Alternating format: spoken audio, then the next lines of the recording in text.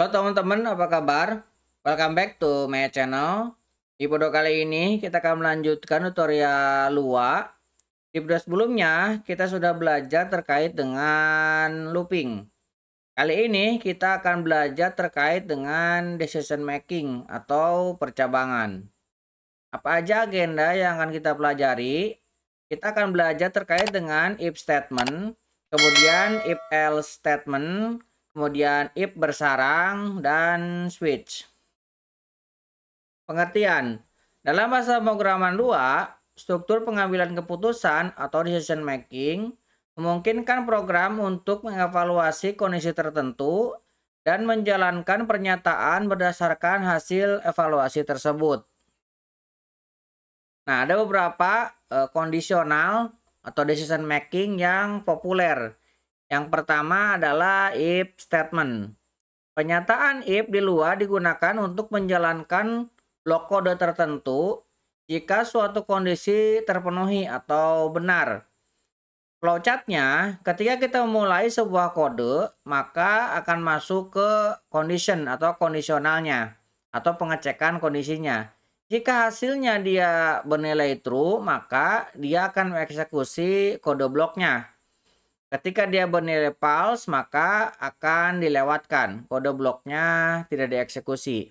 Kalau misalkan dilihat perintah dasarnya, dimulai dengan tanda if, ini menyatakan untuk decisionnya ya.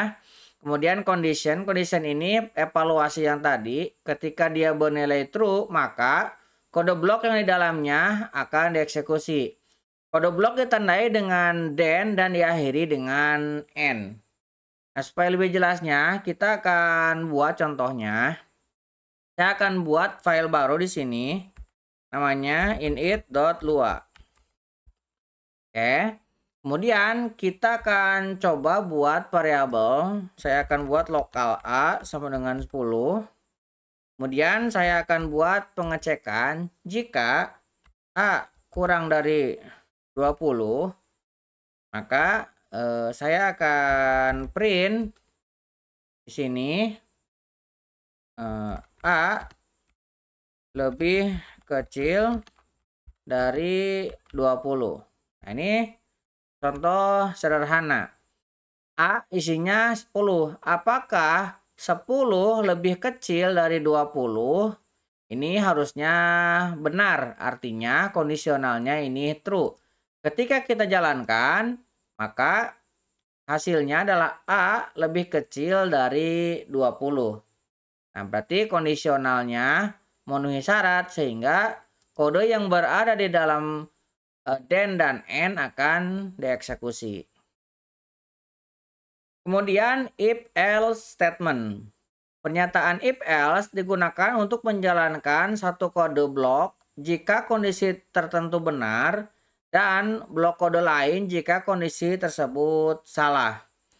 Flowchartnya, ketika kita memulai sebuah kode, maka akan masuk ke dalam condition atau pengecekan kondisi. Ketika bernilai true, dia akan mengeksekusi kode blok yang berada di dalam antara then dan else ya. Nih kode blok yang akan dieksekusi ketika bernilai true yang ini. Dan ketika tidak terpenuhi atau bernilai false, dia akan mengeksekusi kode else-nya. Nah, perintah dasarnya seperti ini. Ada if, kemudian kondisinya ketika bernilai true dia akan jalankan yang di bawah then ini, dan ketika bernilai false dia akan menjalankan yang di bawah else. Supaya lebih jelas kita akan coba buat. Ini saya remark ya, supaya nanti terlihat bedanya. Nah, pertama saya akan buat sebuah lokal variabel angka. Saya akan kasih 3. Kemudian saya akan cek jika angka lebih besar dari 5. Nah, saya akan print ini angka lebih besar dari 5. Kemudian saya akan buat else-nya. Nah, di sini print, saya akan kasih angka tidak lebih besar dari 5. Nah, ini kondisi ketika bernilai false yang akan dijalankan yang ini ya. Kita coba jalankan. Nah, hasilnya angka tidak lebih besar dari 5 karena 3 ini tidak lebih besar dari 5. Jadi dia akan masuk ke yang else-nya. Nah, begitu juga kita bisa membuat else if ya. Misalkan saya akan buat di sini angkanya sama dengan 7.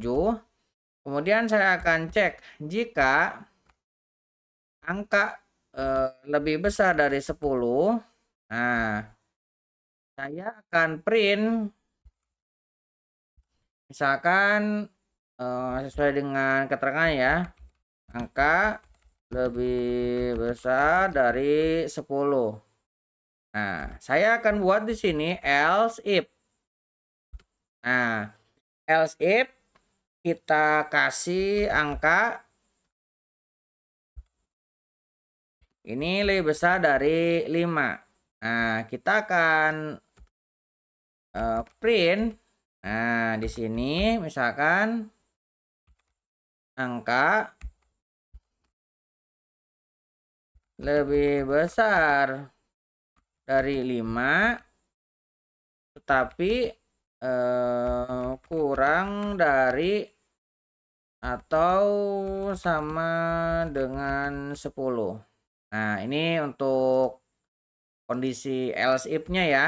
Kemudian kita tambahkan di sini pengecualian jika tidak terpenuhi semuanya. Kita akan print angka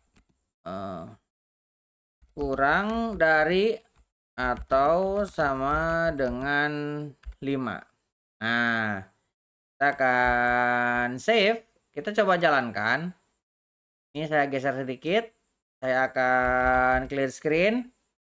Kita run. Nah, angka lebih besar dari 5.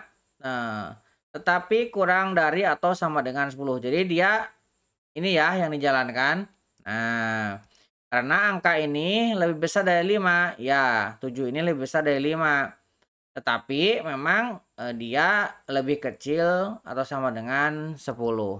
Jadi yang dieksekusi yang kode blok ini. Kemudian ada yang namanya if bersarang. Pernyataan if bersarang di luar memungkinkan Anda untuk menggunakan satu pernyataan if atau else if di dalam pernyataan if atau else if lainnya. Ini berguna untuk memeriksa beberapa kondisi yang saling bergantung.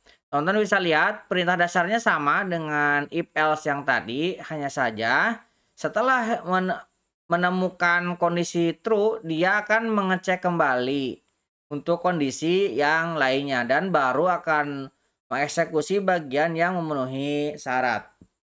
Supaya lebih jelas, kita coba lagi. Yang sudah kita coba, kita akan remark dulu ya. Nih, saya akan remark. Nah, kemudian kita akan coba buat contoh sederhana. Saya akan buat di sini lokal angka sama dengan 8. Kemudian kita akan cek jika angka lebih besar dari 5, maka kita akan cek lagi jika angka kurang dari 10, maka kita akan print. Ini misalkan angka antara 5 dan 10. Oke. Dan saya akan tambahkan di sini else-nya. Ini kita akan print angka lebih besar atau sama dengan 10. Oke. Kemudian di sini kita akan tambahkan else-nya. Nah, else-nya kita akan print angka kurang dari atau sama dengan 5.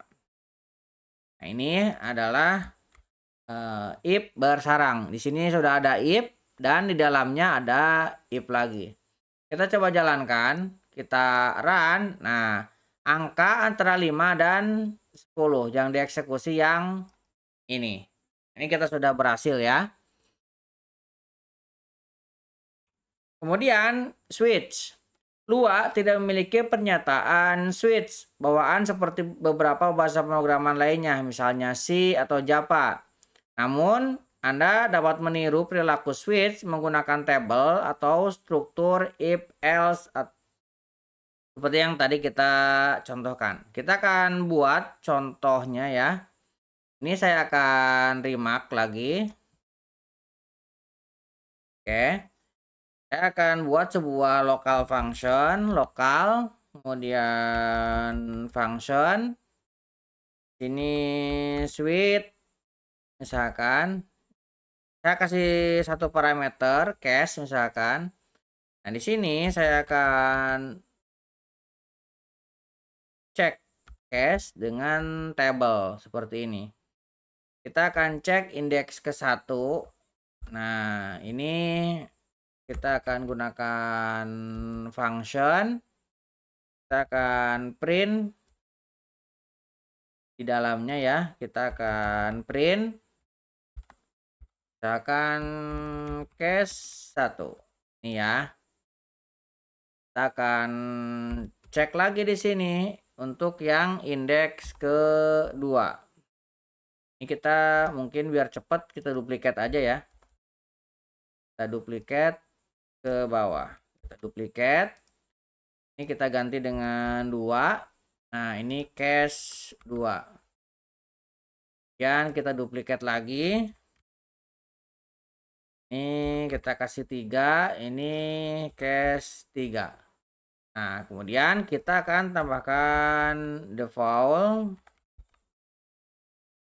Nah, defaultnya kita akan buat sebuah function lagi. Kita akan print di dalamnya ini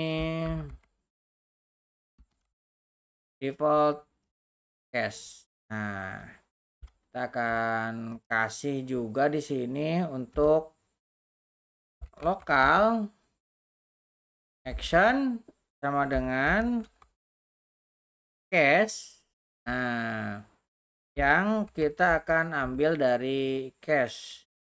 Kemudian di sini ada pengecekan, kalau misalkan tidak terpenuhi cache-nya, kita akan ambil cache.default. Nah, seperti ini. Setelah itu kita tinggal panggil action-nya. Seperti ini ya.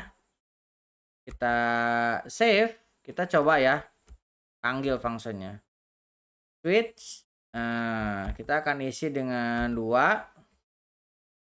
Kemudian saya akan panggil lagi switch, saya isi dengan 4. Oke, ini saya clear screen dulu. Nah, ini ya, kita membuat sebuah function untuk cache. Kita coba jalankan. Kita run. Nah, ini muncul ya cache 2 karena kita memasukkan 2. Ketika kita memasukkan 4, tidak ada di dalam listnya ya. 1, 2, 3. Berarti dia akan masukkan ke default. Misalkan ini kita kasih 40. Ini juga sama ya. Dia tidak ada di dalam pengecualian. Dia akan selalu masuk ke default cache-nya. Oke, kurang lebih seperti itu untuk percabangan. Mudah-mudahan bisa membantu teman-teman. Buat teman-teman yang belum subscribe, jangan lupa subscribe dan nyalakan tombol loncengnya. Sampai ketemu di video selanjutnya.